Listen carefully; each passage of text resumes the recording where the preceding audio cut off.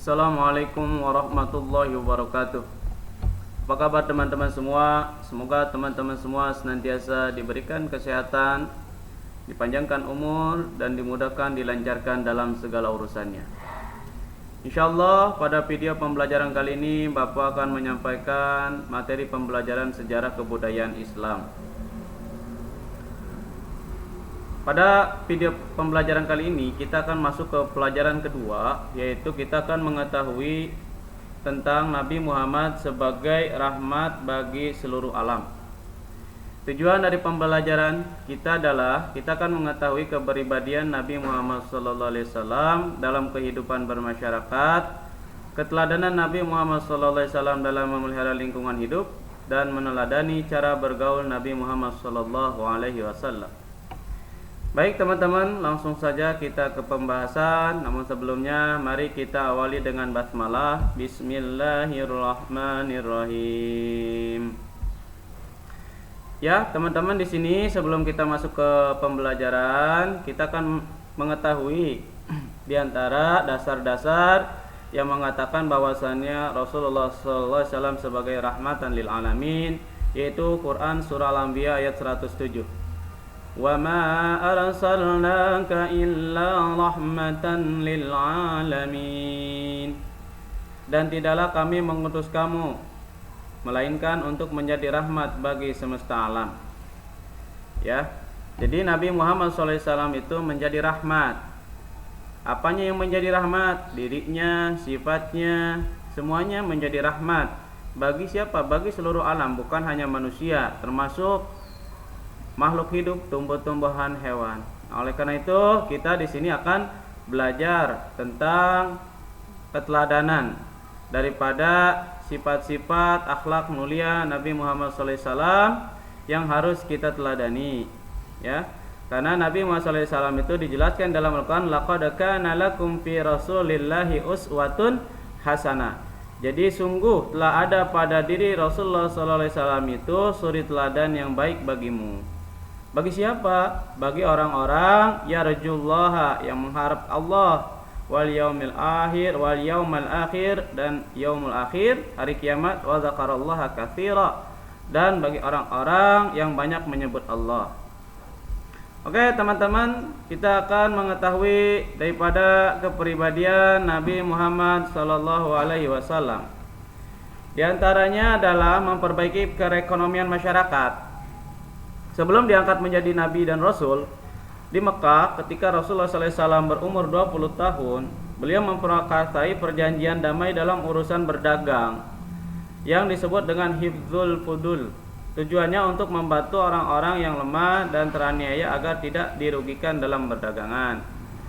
Setelah diangkat menjadi dan Rasul, beliau pun mengajak masyarakat Quraisy agar meninggalkan cara hidup adat istiadat dan kepercayaan jahiliyah, yaitu menuju kepercayaan tauhidiyah, yaitu kepercayaan kepada Allah yang Maha Esa. Dan setelah itu beliau hijrah ke Madinah. Di Madinah pun beliau menerapkan sistem perekonomian Islam dan dalam masyarakatnya, dan membuat Baitul Mal dan melarang praktik riba. Ya, jadi Rasulullah ketika di Madinah udah dilarang praktek riba. Dan keteladanan yang kedua, kasih sayang kepada sesama. Jadi Rasulullah SAW itu sangat mengasihi kepada sesamanya, sayang kepada anak-anak, sayang kepada pelayannya, mengasihi orang-orang yang lemah, pemurah, dermawan, dan pemaaf. Sayang kepada anak-anak. Pada suatu hari Rasulullah SAW mempunyai atau menemukan adiknya Anas, pelayannya Rasulullah itu menangis. Pas ditanya bahwasannya burungnya meninggal atau mati gitu. Rasulullah pun menghiburnya sehingga anak tersebut menjadi tersenyum dan gembira kembali. Nah, itu harus kita teladan ya. Kalau punya teman-teman punya adik, itu harus disayang. Yang kedua, sayang kepada pelayannya. Ya, pelayannya tadi Anas. Anas ketika itu disuruh ke pasar oleh Rasulullah.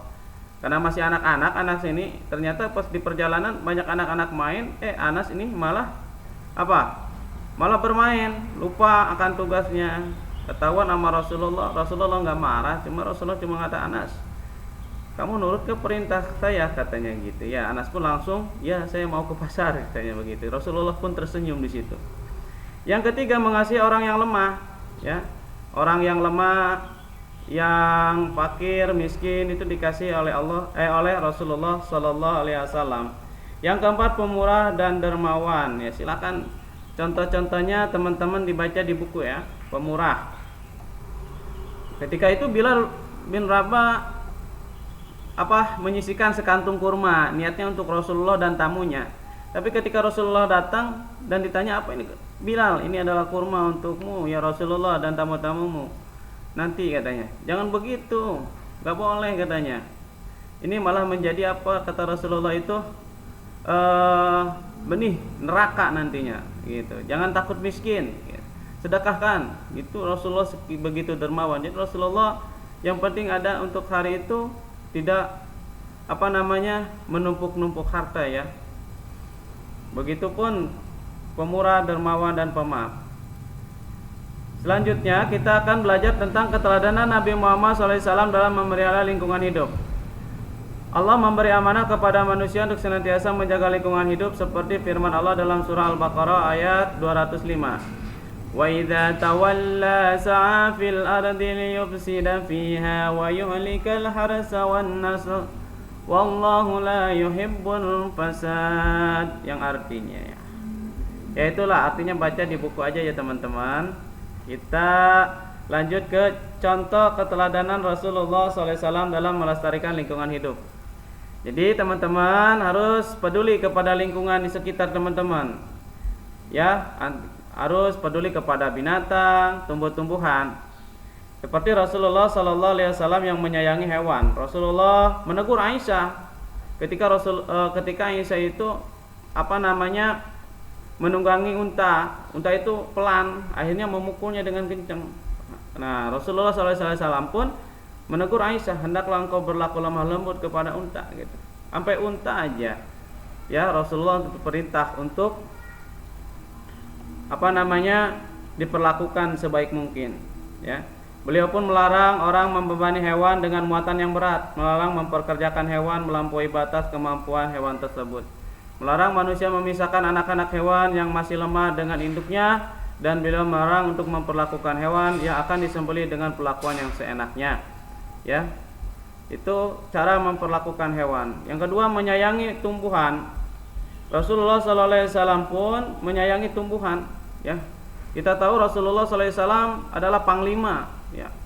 Panglima yang selalu memimpin di barisan terdepan pasukan muslimin. Tapi beliau melarang kaum muslimin untuk merusak tumbuh-tumbuhan walaupun dalam keadaan perang sekalipun.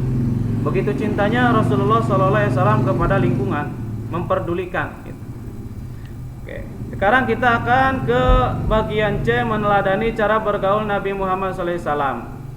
Bergaul beliau itu selalu berkata jujur ya, berkata jujur. Terus apalagi teman-teman, sopan santun ya, ramah. Sehingga beliau mendapat gelar Al-Amin ya, yang dipercaya. Ketika umur 35 tahun terjadi perselisihan suku Mekah dalam perletakan Hajar Aswad, Nabi Muhammad tampil sebagai penengah. Beliau berhasil menghindarkan suku-suku tersebut dari perpecahan dan permusuhan.